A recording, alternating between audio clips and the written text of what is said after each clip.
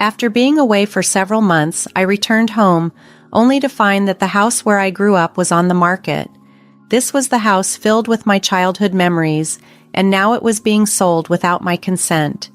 It was my husband, Stephen, and my mother-in-law, Betty, who orchestrated this sale. They both came from less affluent backgrounds and seemed to disregard the sentimental value of my family home, viewing it only as a means to a financial end. You see, when I had left, I did so with the understanding that while I was gone, my home would be respected. Instead, I was met with betrayal. Stephen and Betty not only sold the house, but also seemed to take joy in their deceit, knowing full well the emotional and legal repercussions that would follow from their breach of trust. Their actions were a stark violation not only of our legal agreement, but of the emotional ties I had with that place. The house wasn't just a structure, it was a repository of my family's love and memories, a physical connection to my parents, who had moved to another home for their retirement. The decision to sell the house came as a shock, especially since my parents had always shown nothing but affection toward Stephen, accepting him as their own. Despite our differing socioeconomic backgrounds, with me being from a family of business owners, and Stephen from a single-parent, modest upbringing, my family had supported our union without reservation. Now, as I confront this betrayal, I realize the weight of my parents' gesture when they decided to transfer the house to me, intending for it to be a sanctuary and support for our future endeavors. It was supposed to be a gift, a token of their love and trust. I've been with Stephen for over 7 years. We've shared a life from a young age.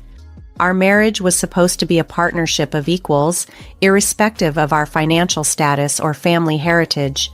Yet here we are, at a juncture where those foundational values are being tested. As the rightful owner of the house, the responsibility to manage the fallout from this unfortunate sale lies with me. But the trust between Stephen, Betty, and me has been deeply eroded. As I deal with the legal and emotional consequences of their actions, I'm left pondering the future of our relationship and the house that once symbolized our shared dreams and aspirations. After deciding against having children, the large family home my parents had bequeathed to us felt overwhelmingly spacious. I expressed my gratitude to my parents for their generosity, and though the official transfer of ownership hadn't yet occurred, I had already begun negotiations with a real estate agent. During one hectic morning, I reminded Stephen to complete some necessary paperwork. "Stephen, I need you to fill out this form. It's due today and we won't make it in time otherwise." He shrugged off my urgency with a dismissive wave. "Just write it down then. You're overreacting. Submitting it today will be just fine." His response stung, a far cry from the considerate man I married. Lately, Stephen had grown indifferent, often leaving critical tasks to me. He seemed to expect me to handle important documents and other responsibilities, which I did, more to avoid family conflict than anything else. But this dynamic left me feeling less like a partner and more like a servant. Despite these challenges, we proceeded with selling our current home and even picked out a new, more suitable place to live. However, doubts about the future with Stephen clouded my thoughts. Then, one day, I received distressing news. My parents had been in a serious car accident. I rushed to the hospital and learned they would need 7 months to recover fully, with intensive care required for the first 3.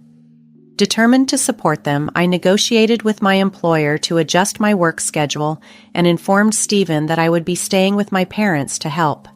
Stephen's response was nonchalant. "Okay, it's your thing." His tone detached, showing little concern for my parents' well-being. Relieved yet worried, I wondered how Stephen would manage daily life without me. His inability to perform even basic chores like laundry or remember to take out the trash gave me pause. Could I leave him on his own without our home turning into a mess? With reservations, I turned to my mother-in-law, Betty, explaining the situation and asking if she could keep an eye on Stephen while I was away. "Please make yourself at home and help out as you see fit," I urged her, hoping that with her support, Stephen would manage until I could return. "Oh, Margaret, You seem to be in quite the bind, aren't you? Betty said with a tone that dripped with condescension. I'm sure your parents could afford to hire some help. Or is it just that you're missing them too much? Don't worry about Stephen. I'll take good care of him. You take all the time you need with your parents, even if it's more than 6 months, she added, her voice laced with a sincerity that felt more like sarcasm. It was clear she saw me as the woman who had whisked her son away. I managed a strained thank you to Betty, hiding my irritation. At that moment, she was my only option for ensuring Stephen had any supervision. With just the essentials packed, I hurried off to care for my recovering parents. The 6 months I spent with them were hectic and flew by. My contact with Stephen during this period was minimal, but the time was well spent aiding in my parents' recovery. Once they were stable and no longer needed my constant presence, I felt a mix of relief and readiness to return to my own life. Driving back, the familiar scenery of our town welcomed me, but as I approached our house, a chilling sight greeted me. A for sale sign stood prominently on the lawn.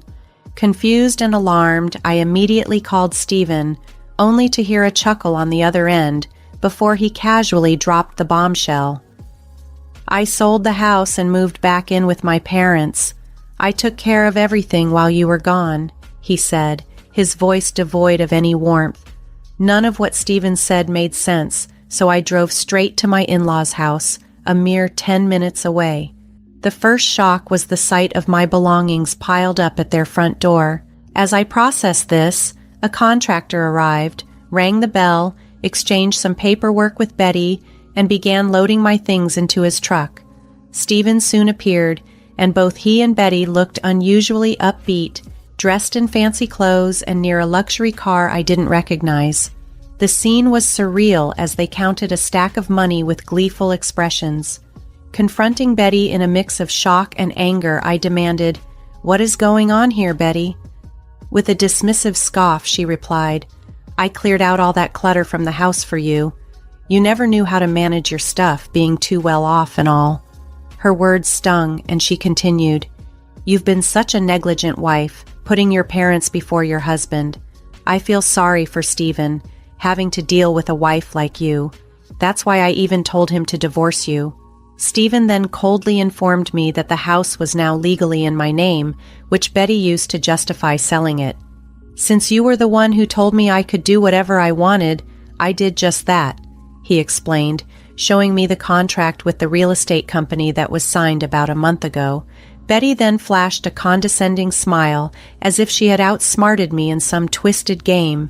The betrayal was overwhelming, not just the loss of the house, but the realization that the person I trusted most had orchestrated it all. In the turmoil, I managed to collect my thoughts and faced Betty, my voice steady despite my inner panic. "But the house should already be under contract with another real estate company, right? And if it's my house, any contract without my signature would be invalid. You did this without my permission, and now you've breached the contract. The real estate company will demand compensation." Betty retorted dismissively, "I heard from Stephen that it was you who dealt with another agency without consulting my son. That's not my concern. I simply did what you usually do, handling things independently." Her indifference to the legality of her actions was appalling. "So, if there's compensation to be paid, it should be by you. It's your own house," she shrugged nonchalantly. I turned to Stephen, seeking some form of support or understanding, only to find him mirroring his mother's sarcastic smile. "Finally, this day has come. This is revenge, you know," he began. His words cut deeper as he continued, "You've always mocked me for being poor. I've always felt like an outsider in your family, with its different standards and values. You and your parents probably found it amusing." His bitterness spilled over as he said, "Being poor isn't funny, is it? Now I'll show you what money can do. I'm not going to let you be the only one with a comfortable life." With that, Stephen handed me the divorce papers, all filled out except for my signature. I could have had my mom handle everything and submit these, but where's the revenge in that? The situation escalated dramatically, feeling almost like a scene from a movie where the tables were turned dramatically. Stephen and Betty were visibly satisfied, reveling in what they believed was a victorious moment. Yet, as their glee peaked, I felt my anger dissipate, replaced by a stark realization of their blunder. Look, I hate to break up your moment of triumph, but this house isn't mine anymore, I said calmly, a plan forming in my mind. You've made a huge mistake. You're the ones who will suffer the consequences, not me. Resolved to no longer protect them or hide their deceit, I decided it was time to expose everything. Their actions, driven by spite and a misconstrued sense of justice, would soon come back to haunt them. I was done covering for their mistakes. It was time for the truth to come to light. I reached into my bag and pulled out a document, unfolding it before Stephen and Betty. This is the official registry document for the house, I explained calmly. Remember our phone conversation the other day? Well, the ownership has been legally transferred to Stephen's name. With the accident my parents had, the process was delayed, but it was finalized just last week when you two decided to sell the house. Betty's face fell, confusion written all over it. I didn't hear anything about this. Of course you didn't, I responded. I tried calling to see if I should mail it to you, but you hardly listened and just told me to handle it. You probably don't even remember, but I double-checked with you if it was all right. Stephen stared at the registry document, his expression turning to one of disbelief and worry. Betty, equally shocked, confronted me. What are you saying? I continued. This was actually what my parents intended. They've always seen Stephen as their son and held you in high regard, Betty. They believed that giving us the house was not only a gesture of their love, but also a tribute to how well you raised Stephen. I let the weight of my words sink in. But this, what you've done, is a betrayal, not just to me, but to my parents' genuine intentions. Stephen and Betty looked visibly shaken, their hands trembling as they covered their mouths. As I mentioned, this mess involves 2 real estate agencies now. They will undoubtedly seek compensation for the breach of contract, I explained. I'll be in touch with the agency I originally signed with. I suggest you contact the agency you dealt with to sort this out on your own. Pausing, I looked at them both, disappointment clear in my tone. I can't believe the agency accepted such a hasty explanation and went ahead with the contract. If you had issues or opinions, you should have been upfront with me rather than resorting to deceit. It's not about being poor, it's about being honest and respectful. My frustration peaked, and my voice grew louder as I confronted Stephen and Betty. This isn't about money, it's about the poverty of your hearts, I declared firmly. In the heat of the moment, I pulled out my cell phone, intent on calling the real estate agency to report the deception, but just as I was about to dial, Stephen intervened, his voice desperate. Wait. This isn't what I wanted. I was just upset because you left. Let's try to sort this out together, as a couple. His next suggestion reeked of desperation and naivety. I know, I could buy the house that's currently on the market, call the old real estate agency, and we could pretend none of this ever happened. You're wealthy, so you could afford that, right? His plea was interrupted by Betty, who had been quietly seething beside him. Her fear of losing everything suddenly shifted her allegiances. Stephen, are you turning on me now? After I arranged everything for you? I can't believe you'd put your wife before your mother. What a heartless son. Her words, laced with irony, stung her back when I shot back. Oh, but according to what you said earlier, Betty, putting parents first is scummy, right? Then you should be glad Stephen isn't scum. You should be proud of him being such a fine son. Caught in her hypocrisy, Betty was left speechless. Stephen, sensing an opportunity, tried to win me over. Margaret, you're the most important person to me right now. I'm going to change my attitude and do my best. Please don't get me wrong. His words did little to sway me. No one said anything about forgiveness, I retorted as I brushed his hand away when he tried to take mine. I was completely disillusioned with his excuses and lack of responsibility. I'm already tired of your laziness, Stephen, and every time something goes wrong, you blame others and expect them to fix your problems. How can I trust you to change?" My final words to him were clear and harsh. "I'm not your secretary or your servant. As an adult, you should take responsibility for your actions. You will pay for this for the rest of your life, both you and Betty." With resolve, I took the divorce papers from Stephen's hand, stamped my signature right then and there, and left them standing in stunned silence. Following that tumultuous day, the divorce proceedings, though complicated, were eventually finalized. In a twist of irony, Stephen and Betty later sued my family, claiming they had been deceived by my parents and demanded compensation. The ordeal was far from over, but I was ready to face whatever came next with a clear conscience and a steadfast determination to protect my family's integrity. As expected, Stephen and Betty lost their lawsuit.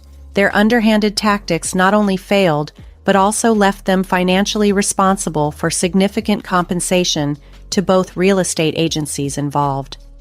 The aftermath of their actions spiraled into a blame game between them, suggesting a long and troubled road ahead. Meanwhile, my employer had kindly arranged for me to continue working remotely, allowing me to stay with and support my parents during their recovery. Returning to my parents' place has been a grounding experience. Each day we navigate their rehabilitation together, sharing small but meaningful gestures of care. "Your bath is ready," my father tells me, a simple kindness after a long day. "Thank you," I reply. "I'll wash the dishes, so you go ahead and relax first. You must be tired after today's rehab." "No, you first, Margaret," he insists. "I'll clean the tub later anyway. Go on, take a moment for yourself." Living with them again, I witness the unwavering support they have for each other, even as they continue to recover from the accident. It's in these quiet, everyday interactions that I've come to realize what was fundamentally absent in my marriage to Stephen: mutual respect and consideration. Initially, the divorce brought a wave of sadness and frustration, yet watching my parents, I understand more clearly what a loving and supportive relationship looks like. I've learned valuable lessons about respect, communication, and the kind of partnership I desire. If I ever decide to open my heart again, I'll be much more cautious, armed with the insights gained from this ordeal. I'm determined not to cause any more worry for my mom and dad. Instead, I'm focused on applying these lessons to my life moving forward and continuously expressing my gratitude to my parents. This new chapter at my parents' home isn't just about recovery. It's about starting anew, fortified by the wisdom gained from past experiences and a renewed appreciation for the family who has always stood by me.